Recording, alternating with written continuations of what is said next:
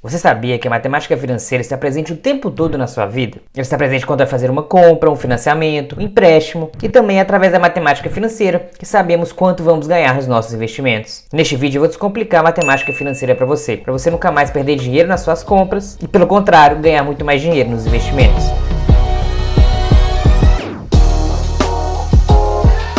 Matemática financeira foi muito importante no processo de desenvolvimento da economia e atualmente ela é utilizada pelas pessoas e pelas empresas nas mais diversas situações. Quem deseja comprar uma casa, mas não tem dinheiro para comprar à vista, vai ter que recorrer ao financiamento. E a escolha de qual modalidade será utilizada vai depender de qual será mais benéfico para o comprador, talvez aquela com a menor taxa de juros. E o mesmo ocorre, por exemplo, na compra de um smartphone. Se será comprado à vista, no boleto ou no cartão de crédito, vai depender de que forma for mais barato para o comprador, com a menor taxa de juros ou com possíveis descontos. E ao contrário do que muita gente possa pensar, portanto, essas informações não são relevantes apenas para especialistas em finanças, mas para qualquer pessoa que deseja fazer melhores escolhas quando o assunto é dinheiro. Você verá que não é preciso ser nenhum gênio da matemática para aprender a fazer esses cálculos e conseguir economizar muito dinheiro.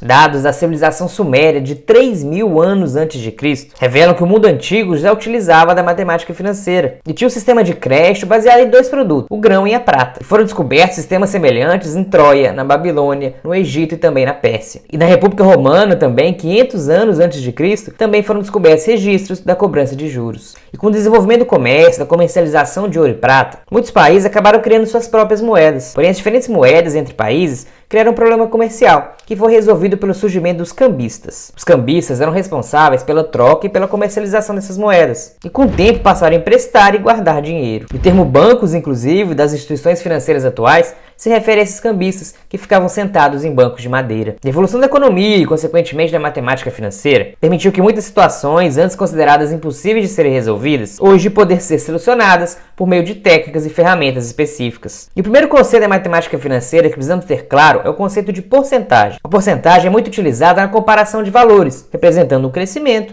ou uma queda. Também chamada de razão centesimal ou percentual, significa porcento, ou seja, uma parte dentre 100 partes. E a porcentagem é representada por esse símbolo aqui, mas pode também ser escrita na forma decimal ou em fração. E a porcentagem está presente o tempo todo no nosso dia a dia. Se eu disser que no time do Flamengo 90% dos jogadores são craques, quer dizer que 9 entre 10 jogadores do Flamengo são craques. Ou se eu disser que o feijão teve um aumento de 15%, quer dizer que a cada 10 reais o feijão aumentou R$ 1,50. E se uma perfumaria oferece um desconto de 10% em todos os seus produtos, isso significa que a cada 100 reais em compras, você vai economizar 10 reais. Ou que a cada 50 reais em compra, você vai ter 5 reais de desconto. Agora vamos por um exemplo um pouco mais prático. Se uma loja de sapatos vende um sapato por 82 reais e oferece um desconto de 15%. Quanto vai custar esse sapato agora? Vamos lá. 15% é o desconto de 82. 15% é a mesma coisa que 15 sobre 100, que é a mesma coisa que 0,15. Então eu vou pegar 0,15 e multiplicar por 82 e eu vou ter igual a 12,3, que é o valor do desconto. Então, se pegar o valor do produto, 82 reais, e subtrair R$ 12,30,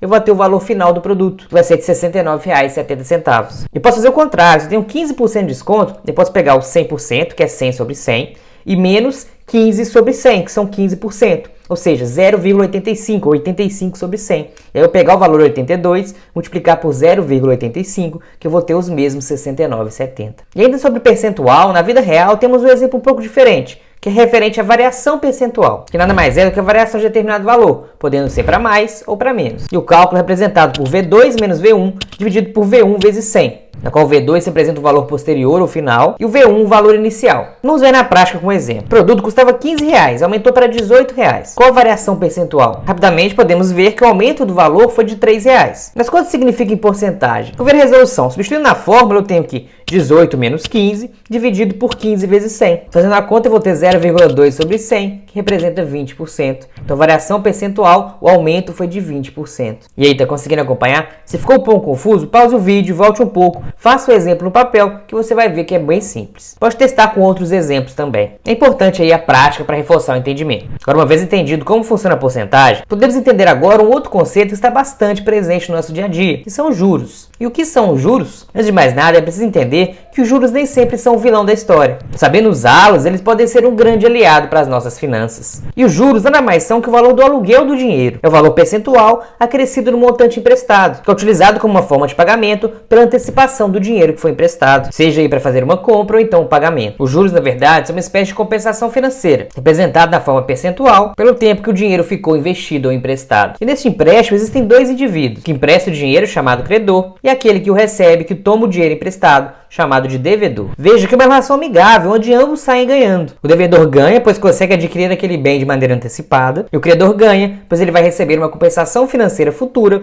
pela disponibilização dos recursos no presente. E os juros, nesse cenário, seria o adicional compensatório que o devedor vai pagar para o credor. E ele é expresso do percentual do montante emprestado ou do saldo devedor. E é sempre expresso também o intervalo de tempo, seja anual, mensal ou até mesmo diário. E existem diferentes maneiras de aplicar os juros, de forma que eu posso ter resultados diferentes para uma mesma situação. Temos, por exemplo, o juros simples, que, como o próprio nome diz, é uma taxa definida previamente que incide apenas sobre o valor emprestado, apenas sobre o montante inicial. E também temos os juros compostos, chamados de juros sobre juros, na qual o valor da taxa incide sobre o valor final do período anterior, ou seja, após já ter incidido os juros anteriormente. E esse é o sistema mais comum do mercado financeiro atual. E o cálculo do juros simples é sempre feito sobre o montante inicial, a uma certa taxa e também no intervalo de tempo. E na verdade, na prática, os juros simples são muito pouco utilizados atualmente. E a principal diferença entre juros simples e compostos é o cálculo. Vamos ver com detalhes cada um deles. Os juros simples, na prática, estão presentes nos nossos boletos do dia a dia. Ou melhor, quando você deixa de pagá-los antes do vencimento. E na verdade, eles são chamados de juros de mora. Ao contrário do irmão juros compostos, os juros de mora ou juros simples, eles não aumentam durante uma operação. Assim, se você assinou, por exemplo, um contrato com a empresa de internet, concordando em pagar determinada porcentagem de juros em caso de atraso no pagamento, você pagará esse percentual estabelecido em um prazo determinado até que aquela dívida seja quitada. Por exemplo, sua conta de internet veio R$100. A empresa de internet cobra uma taxa de 2% ao dia em caso de atraso de pagamento. Assim, a cada dia de atraso, a sua dívida aumenta em 2%, mas 2% em relação ao montante inicial. Ou seja, 2% de R$100 vai aumentar R$2 por dia. Então, se eu atrasar a conta um dia, ela custará R$102.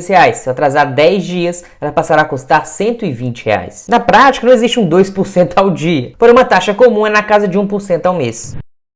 De forma que 30 dias de atraso, e desconsiderando alguma multa também que deve acontecer, você pagaria 1% de R$100 de juros, ou seja, R$1 de juros, pagaria R$101 mais a multa. E se atrasar menos que 30 dias, essa cobrança será proporcional. Ou seja, 15 dias de atraso dariam 50 centavos de juros, enquanto 10 dias de atraso dariam 33 centavos de juros nesse exemplo. Lembrando que se a conta for um valor diferente ou a taxa for um valor diferente, essa conta vai mudar. Mas esse exemplo acho que fica claro para a gente entender como faz. E daí você aplica aí para sua realidade. E repare que a cada dia ou a cada mês, o valor acrescido de juros é o mesmo, ou seja, é um percentual calculado a partir do montante inicial. No meu caso aqui do exemplo, R$100. Caso você tenha uma familiaridade com fazer contas, vamos mostrar na prática a fórmula dos juros simples. E a fórmula é C vezes I dividido por 100 vezes T, que é igual a J. Ou J é igual a C vezes I vezes T. Para ficar mais fácil, vamos substituir as letras pelos respectivos valores do exemplo. Em C, coloca o valor inicial, ou seja, quanto vai pagar pelo boleto. Em I, coloca a taxa de juros acertada aí no momento do contrato. E em T, coloca o tempo de atraso no pagamento. No final das contas, depois das contas, você vai descobrir o valor de J, ou seja, quanto você vai pagar de juros nessa transação. Naquele exemplo lá dos R$100 do boleto de 1% ao mês, nós teremos que J é igual a 100 vezes 0,01 vezes 2, ou seja, os juros seriam de R$2, da mesma forma que já vimos lá atrás. Dessa forma, pode-se definir então o juros simples como sendo um cálculo dos juros quando o percentual incide apenas sobre o valor inicial, ou seja, quanto custou aquele bem inicialmente. Agora vamos aos juros compostos, que na prática, quando você faz um empréstimo, faz uma compra parcelada ou mesmo financiamento, estão incidindo os juros compostos. Eles são como bezerros que, ao crescerem, vão gerando novos bezerros. Porque os juros compostos eles incidem sobre o valor inicial aplicado, mas também sobre os juros já acumulados anteriormente. Como resultado, a cada mês você ganha ou você deve mais do que o mês anterior. Isso porque a principal característica de uma aplicação que rende a juros compostos é render juros sobre juros. Assim, quanto maior for o tempo de uma aplicação, maior será o seu rendimento e, portanto, o valor total também a ser pago ou a receber. De maneira geral, os juros compostos são bastante comuns nas nossas transações diárias. Eles estão presentes nos empréstimos, nas compras parceladas, nos financiamentos e também nos nossos investimentos. E nos investimentos, inclusive, os juros compostos são capazes de multiplicar muitas vezes o nosso patrimônio, enquanto que nas dívidas ele é capaz de aumentar muitas vezes o valor da nossa dívida. E antes de entender como funciona a fórmula dos juros compostos, vamos entender na prática como funciona cada um dos termos que influencia na conta. Primeiro temos o valor inicial. Quanto maior o valor inicial, mais substancial será o efeito dos juros compostos, ou seja, maior será o efeito do tempo nos seus investimentos ou na sua dívida. Também temos as taxas de juros, que na verdade representa com qual velocidade aquela dívida ou aquele investimento vai crescer. Quanto maior for a taxa, maior será o valor final. E veja, pelo motivo da taxa, que dívidas altas, como do cartão de crédito, por exemplo, viram uma bola de neve e começam a crescer sem parar. Porque por mais que o valor inicial seja pequeno, como a taxa é muito grande, então esse valor começa a crescer indefinidamente. Então, fuge de pagar juros do cartão de crédito. E o terceiro fator é o tempo. E o tempo é de longe o fator que mais influencia nos juros compostos. Afinal, quanto maior for o tempo que você deixar o seu dinheiro investido, ou quanto maior, mais longa for a sua dívida, mais serão os juros, ou mais vai receber de juros se for um investimento. Então, quando se trata de dinheiro, a regra é simples. Quanto mais tempo o dinheiro permanecer sob o efeito dos juros compostos, maior será o valor final. E apesar do tempo ser o mais importante, é o mais negligenciado pelos investidores. E também por quem vai tomar dívidas. As pessoas não têm paciência para esperar os juros compostos agir nos investimentos, e ao mesmo tempo, quando vão fazer dívidas, elas parcelam no mais longe possível, pensando apenas na parcela que vai caber no bolso. Resultado é que vão pagar muitos juros. E o tempo é mais importante porque na forma dos juros compostos ele é exponencial, ou seja, ele tem uma capacidade de aumentar o valor final em uma proporção muito maior do que qualquer outro fator da fórmula. E um exemplo básico para entender o conceito de exponencial. No primeiro caso, temos a mudança de fator de multiplicação, como se fosse aí o valor inicial. Então tenho 2 vezes 2, 4, 2 vezes 4, 8, 2 vezes 8, 16, e 2 vezes 16, 32. Já no segundo exemplo, temos a mudança do expoente, ou seja, o tempo na forma dos juros compostos. Então, 2 elevado a 2, 4,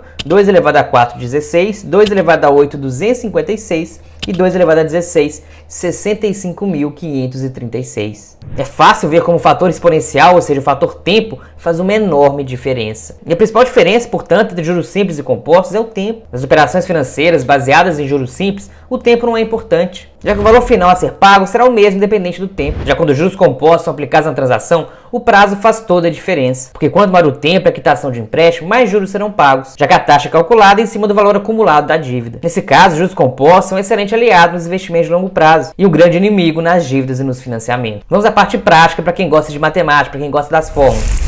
A fórmula de juros compostos é C, que multiplica 1 mais I elevado a T, que é igual a M. Sendo C o capital inicial ou o valor da sua compra, ou seja, quanto você vai pagar no caso de empréstimo, ou quanto você vai investir inicialmente no caso do investimento. Em I, coloca o valor da taxa de juros. Em T, o tempo para pagamento, ou o tempo que você vai deixar o seu dinheiro investido. Lembrando de sempre colocar a taxa de juros e o tempo na mesma escala. Se a taxa for mensal, o tempo será em meses. Se a taxa for anual, o tempo será em anos. E M é o resultado das somas, multiplicações e divisões, ou seja, o valor total que terá no final após a incidência dos juros compostos. Veja o exemplo de um financiamento de R$5.000 a ser pago em 2 anos, a uma taxa anual de 12% ao ano. Então tenho 50 mil, que multiplica 1 mais 12 dividido por 100, que é 12%, elevado a 2, que é igual a M. Ou seja, 50 mil vezes 1,2544, que é dar no final R$ 62.720. Ou seja, ao final de 24 meses, você vai ter pago 50 mil iniciais, mais R$ 12.720 de juros. Portanto, perceba que os juros compostos são importantíssimos na nossa vida. E a depender do lado que você está na negociação, seja como credor ou como devedor, e a depender também das taxas envolvidas no negócio, os juros compostos podem ser o seu pior inimigo ou o seu melhor amigo. Ele pode fazer as dívidas ficarem cada vez maiores ou os seus investimentos crescerem sem parar. A questão é, no seu caso, na sua vida, eles estão a seu favor te deixando mais rico ou contra você te deixando mais pobre? Conta aqui embaixo nos comentários. Se esse vídeo fez algum sentido para você, não deixe de curtir e se inscrever no canal. Um grande abraço e até o próximo vídeo.